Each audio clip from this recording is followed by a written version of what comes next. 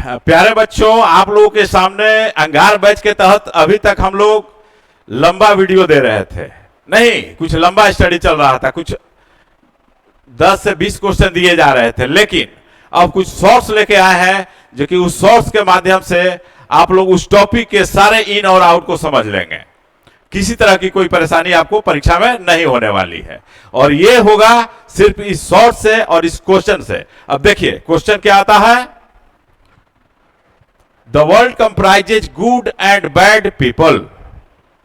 अब प्रश्न है कि the world comprises good and bad people, और ये हाईलाइटेड है। इट मीन्स कि आपको इंप्रूव करना है। इंप्रूव क्या करना है कि जो रेड में कलर में लिखा हुआ है वह सही है अथवा गलत है इस सेंटेंस में। अगर यह गलत है तो इस नीचे दिए गए ऑप्शन से किससे रिप्लेस कर देंगे कि वह सही हो जाएगा।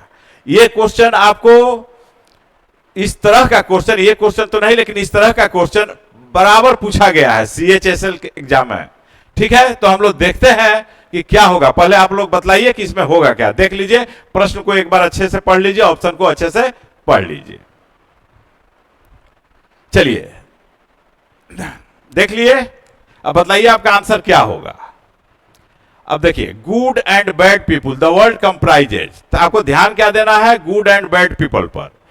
तो कंप्राइजेज यहां पर वर्ब है, और कंप्राइजेज के साथ आपके दिमाग में यह आ रहा होगा कि यहां पर ऑफ लगा हुआ है, तो comprises of good and bad people हो जाए, या फिर comprises of the good and the bad people हो जाए। नहीं, आप लोगों के दिमाग में यह आ रहा होगा, कुछ लोगों के दिमाग में आ रहा होगा कि the good and bad people यह सही होगा, या the good and the bad people यह सही होगा। ठीक है, अब देखिए कि इसमें सही है क्या, सारे अर्थ को समझिए। देखिए यहां पर सबसे पहले कि पीपल नाउन है, तो आपको आर्टिकल, डेफिनेट आर्टिकल का यूज यहां करना होगा। जब नाउन जब दिया हुआ है तो वहां आर्टिकल कोई ना कोई आएगा ही। अब दूसरी चीज है कि यहां कंप्राइजेज वर्ब दिया हुआ है, तो यह भी आपको ध्यान रखना है कि कंप्राइजेज के साथ क्या प्रीपोजिशन ऑफ का प्रयोग होता है। तो सबसे पहले आप यह जान लें, कंप्राइज का मीनिंग क्या होता है, निहित होना, यानी कि कंसिस्ट ऑफ। तो इस तरह का प्रश्न बराबर एग्जाम में पूछा जाता है, चाहे वह फिल इन द ब्लैंक्स के रूप में हो, कॉमन एरर के रूप में हो, क्लोज पैसेज में हो, या कि फ्रेज इंप्रूवमेंट के रूप में हो, कहीं ना कहीं इससे क्वेश्चन जरूर आता है। तो ध्यान दीजिएगा, कंप्राइज का मतलब होता है निहित होना। तो कंप्राइज इज इक्वल टू यहां इक्विवेलेंट टू कंसिस्ट ऑफ। तो जब कंप्राइज वर्ब का प्रयोग किया हुआ रहेगा तो इसके साथ ऑफ का प्रयोग कभी नहीं होगा। पहली चीज तो यह ध्यान रखिए। दूसरी चीज आपको ध्यान रखनी है कि यदि इसके जगह पर कंसिस्ट का प्रयोग कर दिया गया है तो वहां आपको देखना होगा कि इसके बाद कौन सा प्रीपोजिशन आया है या नहीं प्रीपोजिशन आया है। अगर दूसरा प्रीपोजिशन आया हो या किसी प्रीपोजिशन का यूज नहीं हुआ हो तो वहां फिक्स्ड है कि क्या होगा, ऑफ ही आएगा। पहली चीज तो यह ध्यान रखना है। तो इससे आप अगर ये चीज जान गए तो यहां जो कंप्राइजेज है, तो कंप्राइजेज के बाद क्या होगा, यहां बतलाइए कि सबसे पहले तो ऑफ का प्रयोग नहीं होगा, यानी आपका यह ऑप्शन तो ऐसे ही गलत हो गया, और यहां भी ऑफ लगा हुआ है, ये गलत हो गया ना। लेकिन ऊपर में जो दिया हुआ है तो यहां भी तो ऑफ नहीं है, यानी यह भी सही हो सकता है, लेकिन यहां पर नो इंप्रूवमेंट का आपका कोई ऑप्शन ही नहीं है। इट मीन्स कि कोई ना कोई गलती है। तो क्या गलती है, अब यहां पर ध्यान दीजिए, गुड एंड बैड पीपुल, यहां पर the good and bad people, यहां द डेफिनेट आर्टिकल का प्रयोग हो गया है गुड के पहले। दूसरे सेंटेंस में क्या है कि the good and the bad people. अब यह चीज ध्यान रखिएगा कि एक नाउन को बतलाना होता है तो एक आर्टिकल का प्रयोग करते हैं। यदि एक किसी नाउन के पहले अनेकों, दो या दो से अधिक एडजेक्टिव आ गए हो और वह एक व्यक्ति या वस्तु का बोध कराता है, तो उसके पहले हम लोग क्या करते हैं, पहले एडजेक्टिव के पहले आर्टिकल लगाते हैं। लेकिन यदि वह दो व्यक्ति या दो वस्तु के लिए अगर एडजेक्टिव यूज हुआ हो तो दोनों के पहले आर्टिकल लगेगा। तो अगर हम कह देते हैं कि the good and bad people, इसका मतलब हुआ कि ये पीपुल जो लोग हैं उन्हीं में दोनों क्वालिटी है, क्या, गुड और बैड का। तो ऐसी बात तो है नहीं। यहां वाक्य का मीनिंग क्या है कि अच्छे लोग और बुरे लोग, यानी कि दोनों एडजेक्टिव के पहले आर्टिकल लगेगा। यानी आपका ऑप्शन कौन सा सही है? सी सही है। ठीक है, अब इस चीज को और समझिए, पहले एक बार देख लीजिए और लिख लीजिए इसको जो लिखना चाहते हैं।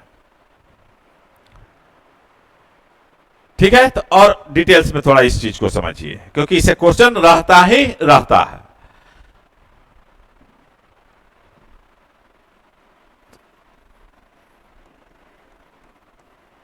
एडजेक्टिव प्लस एडजेक्टिव, मान लीजिए दो एडजेक्टिव आ गया और यहां पर क्या है? सिंगुलर काउंटेबल नाउन है। मान लीजिए एक तो प्रश्न यह है कि यहां पर सिंगुलर काउंटेबल नाउन है, तो मान लीजिए कि यह जब सिंगुलर काउंटेबल नाउन रहेगा और एक व्यक्ति या वस्तु का बोध कराएगा, तो इसके पहले हम लोग इंडेफिनिट आर्टिकल एन लगा देते हैं। इसके पहले कोई आर्टिकल का प्रयोग नहीं होगा। लेकिन यहां पर क्या होगा? फॉर सिंगुलर पर्सन और थिंग, जैसे कहते हैं, एक छोटा सा एग्जाम्पल देते हैं कि he has a red and white cow। अब इसका मीनिंग क्या हुआ? देखिए, रेड एंड व्हाइट, दो एडजेक्टिव लगा हुआ है नाउन के पहले, यानी पहले एडजेक्टिव में आर्टिकल लगा हुआ है, इंडेफिनिट आर्टिकल यहां ए लगा हुआ है। इसका मतलब कि वह गाय एक ही है, उसके पास गाय एक ही है जो लाल और उजले रंग की है। बट अगर हम लिख दें कि he has a red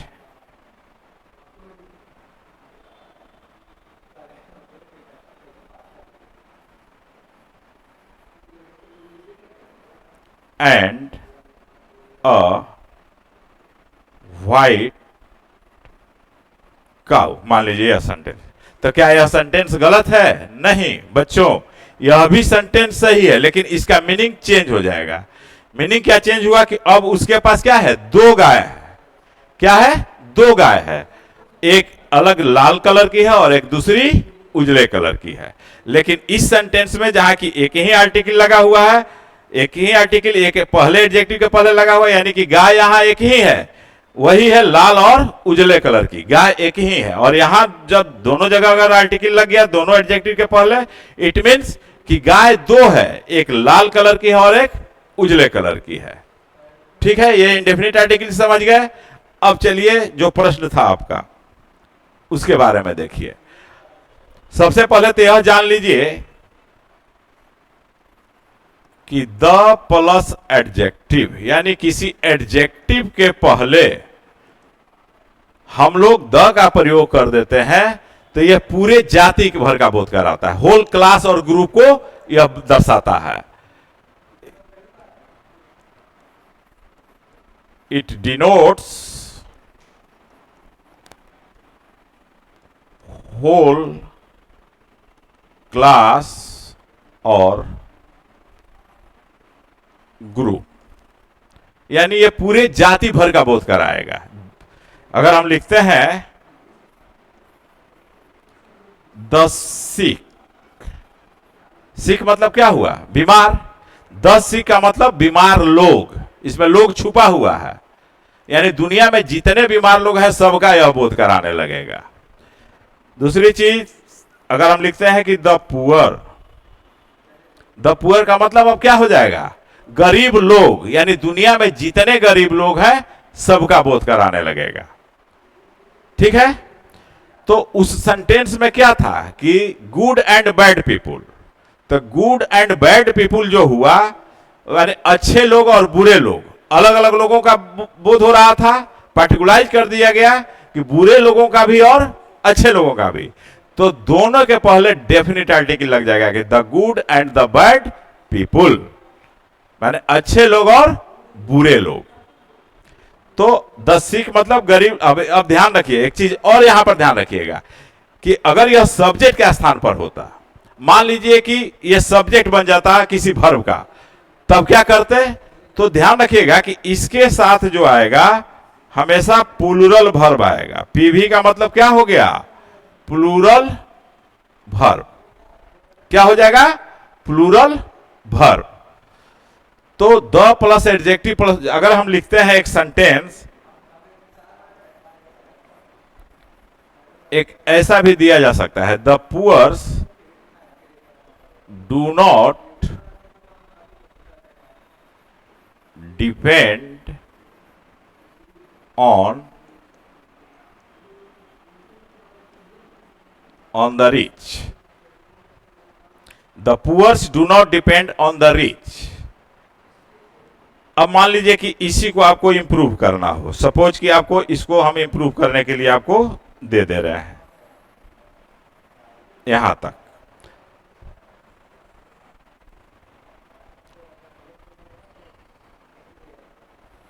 ये आपको इंप्रूव करना है। द पुअर्स डू नॉट को हम कर दे रहे हैं अंडरलाइन, यानी कि हाईलाइटेड रहेगा, और इसके लिए आपको हम ऑप्शन दे रहे हैं। ए ऑप्शन हो गया, the poor does not. B में हो गया, द पुअर पीपुल